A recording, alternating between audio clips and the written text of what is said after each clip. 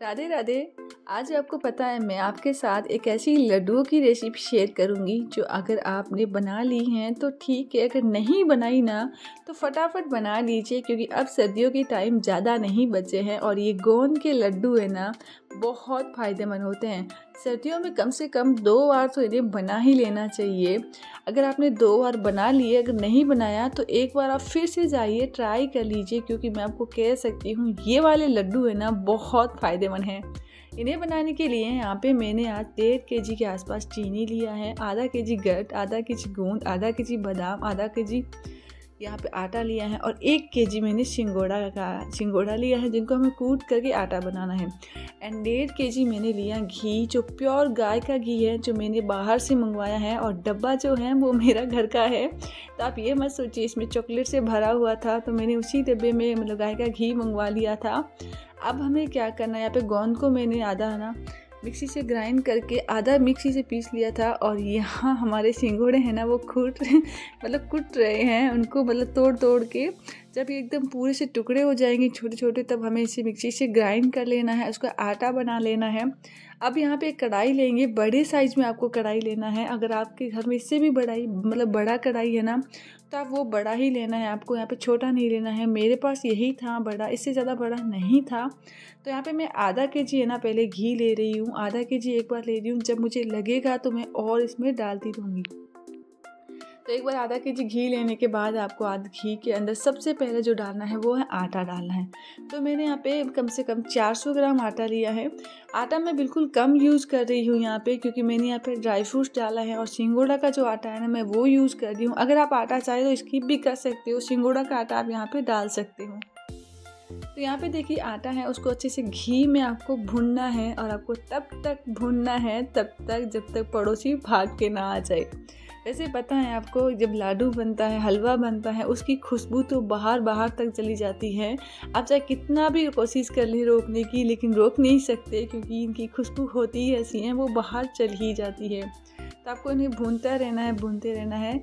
जब आपका हल्का सा भुन जाए ना, जब कलर चेंज हो जाए, तब मैंने यहाँ पे डाले हैं काली मिर्च। 10 से 15 मैंने यहाँ पे काली मिर्च डाल दिया है। अगर आपको काली मिर्च नहीं खाना पसंद है तो आप इसे भी स्किप कर सकते हैं, लेकिन आप काली मिर्च ज़रूर डालें, उसका टेस्ट बहुत अच्छा होता है। ये मेरी दादी है ना हमेशा इसी तरह लाडू बनाती थी ना, काफ़ी टाइम पहले की बात है, वो इस तरह लाडू बनाती थी। तो आज मैंने वही रेसिपी आपके साथ शेयर की है और वैसे ही की है, घंटों वाली मेहनत ना लगा के और अलग अलग कढ़ाइयों में आपको भुनना पड़े। जैसे आपको देखा है वीडियो में काफ़ी बार की, जैसे गोंद को हम अलग कढ़ाई में भूनते हैं, बाकी चीज़ों को अलग कढ़ाई में भूनते हैं। मैंने सारी जो चीज़ें हैं ना एक ही कढ़ाई में भून के आपको दिखाया है और आप ट्राई कर लेना। आप थोड़े से ट्राई करना, ये लड्डू बहुत स्वादिष्ट बनने वाला है। इसे आप एक बार बनाओगे ना तो आप ना अपनी दादी या नानी के हाथ के ना लड्डू याद आ जाएगी। मैंने गोंद को इसमें डाल दिया था, गोंद अच्छे से फूल के रेडी हो गया था, पिसा हुआ गोंद मैंने वो भी डाला था। और आपने छोटी सी कटोरी में देखा है मैंने यहाँ पे उसमें मैंने जो तेजारा होता है ना वो थोड़ा सा मैंने बिना पिसा हुआ तेजारा इसमें डाल दिया था। उसके बाद जो आधा केजी बादाम था मैंने वो भी डाल दिया था। बादाम को मैंने पूरा महीन नहीं किया था, थोड़ा सा टुकड़े टुकड़े रखे थे मैंने साथ में। अब यहाँ पे मेरी जो कढ़ाई है ना वो थोड़ी छोटी रह गई थी, तो मैंने इस परात में बड़ी सी परात ली थी, जो उसमें सारा मैंने इसमें निकाल दिया था, मैंने उसे ठंडा होने के लिए छोड़ दिया था। अब यहाँ पे मैंने फिर से घी लिया है, तो आधा केजी घी मैं यहाँ पे फिर से ले रही हूँ। तो लगभग मेरे यहाँ पे 1.5 केजी से थोड़ा सा घी कम लगा था, पूरा लगभग 1.5 केजी में घी लग ही गया था। उसके बाद यहाँ पे सिंगोड़ा का जो आटा है ना मैंने वो लिया है। मैं यहाँ पे सिंगोड़ा का जो आटा है ना कम से कम पूरा 1 केजी है ना पूरा यूज़ कर रही हूँ। सिंगोड़ा के आटे से जो हमारे लिए ना लेडीज़ के लिए बहुत अच्छा होता है, उनके लिए सिंगोड़ा का आटा काफ़ी फ़ायदेमंद होता है, थकान को दूर करता है और अगर कोई प्राइवेट प्रॉब्लम्स होती हैं वो भी काफ़ी दूर होती है। तो मैं आपको बता सकती हूँ आप सिंगोड़ा का आटा ज़रूर यूज़ कीजिए। सिंगोड़ा का आटा है उससे ना शरीर में काफ़ी एनर्जी रहती है और काफ़ी ऐसी चीज़ें होती हैं जो हमें दूर करती है। मैं आपको कैसे बताऊँ, आप खुद समझदार हो वैसे आपको ये भी बता सकती हूँ मैं कि आप इन लड्डुओं को जब भी बनाओ ना तो आप है ना साथ में ना गोंद को खूब सारा डालना है आपको। गोंद से क्या होता है, हमारी हड्डियाँ ना काफ़ी मजबूत हो जाती हैं। ये बात मेरी दादी हमेशा बोलती थी कि गोंद से हमारी हड्डियाँ ना काफ़ी मजबूत होती हैं। वो एक बार ऐसे मैं आपको क्या बोलूँ, मेरी दादी बोलती थी, मुझे उनके नाम नहीं आते हैं, और घुटनों का दर्द है वो भी दूर हो जाता है। तो मैंने अपनी दादी से ही सीखा था ये वाले लड्डू बनाने, और मैं हमेशा मेरे घर में जब भी बनाती हूँ तो इस देसी तरीके से लड्डू बनाती हूँ हमेशा। ऊपर से मैंने नारियल को भी क्रश करके अच्छे से कूट के, आधा मिक्सी से मैंने पीसा है, आधा मैंने आधा ऐसे ही मैंने आपको क्रश करके डाल दिया था। फिर मैंने यहाँ पे उन सभी जो चीज़ों को एक ही परात में मैंने डाल दिया था, और लास्ट में हम यहाँ पे डालेंगे चीनी। तो आपको मैं एक और बात बताऊँ, चीनी आपको सीधा गर्मा गर्म उसी कढ़ाई में नहीं डालना है। जब हल्का सा ठंडा हो जाए ना, तब आपको इसमें डाल देनी चीनी। चीनी डालने के बाद आपको फटाफट मिक्स करना है, और थोड़ा थोड़ा गर्म में ही आपको लाडू बनाने हैं। पूरा ठंडा करके आपको लाडू नहीं बनाने हैं। तो मैंने कुछ बातें हैं उसमें आपको बताया है। तो मैंने इसलिए बताया है क्योंकि ताकि आपको ये लड्डू आप बिल्कुल मिस ना करो, और ये बहुत फ़ायदेमंद हो।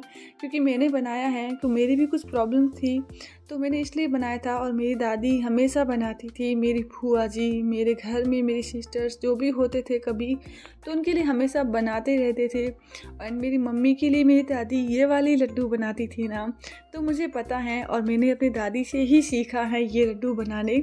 तो सभी चीज़ों को मिक्स करके आपके छोटे छोटे लड्डू बना लेने हैं, बड़े बड़े साइज में मत बनाना। ये भी बात मेरी दादी ही बोलती थी, क्योंकि हम लोग बड़े बड़े लड्डू बना लेते हैं ना, तो उनको देख के भी है ना हमें खाना नहीं होता है। कहते हैं इतना सारा बड़ा लड्डू कौन खाएगा, तो छोटे छोटे पीसेस होते हैं ना, तो बच्चों की तरह हमें ना खुद खा लेते हैं। तो आप भी ना ऐसे छोटे छोटे लड्डू बनाइए। मैंने छोटे छोटे लड्डू बनाए और बहुत स्वादिष्ट बना है। हम यहाँ पे सुबह की चाय के साथ है ना एक लड्डू ज़रूर खाते हैं। तो आप भी है ना सुबह सुबह ना इस लड्डू को खाना है, आपको चाय के साथ खाना है। सुबह सुबह जब चाय पी रहे हो तब, या फिर आप चाय पीने के बाद आपको ये लड्डू खा लेना है। लेकिन आप सुबह के टाइम खाइए, काफ़ी फ़ायदेमंद होता है लड्डू जब सुबह के टाइम आप खाते हो। वैसे इस लड्डू की एक और खासियत है, जब आप इसे एक लड्डू खा लोगे ना, तो आपको काफ़ी टाइम भूख भी नहीं लगेगी, और काफ़ी एनर्जी से भरपूर रहता है। तो ये जो भाई लड्डू है ना, काफ़ी बने हैं, खूब बने हैं। और ये छोटे छोटे मैंने लड्डू अपने लाले के लिए रखा है, अपने लड्डू के लिए। मेरा एक छोटा सा लड्डू है, लड्डू गोपाल, उसके लिए मैं बनाती हूँ, अलग से लड्डू बनाती हूँ। मैंने वैसे एक बार पहले से बना दिए थे, तो मैं उसके लिए अलग से ही बनाती हूँ, क्योंकि उसको भी एनर्जी की ज़रूरत है। तो भाई लड्डू बन चुके हैं, और आपको मैं तोड़ के भी दिखा देती हूँ। बहुत अच्छे बने हैं। आप भी जाओ फटाफट और एनर्जी से भरपूर ये वाले लड्डू बना लो। कहीं ऐसा ना हो सर्दी चली जाए और आप इंतज़ार करते रह जाए बनाए बनाए कौन बनाए। तो खुद बनाओ। Bye bye, take care.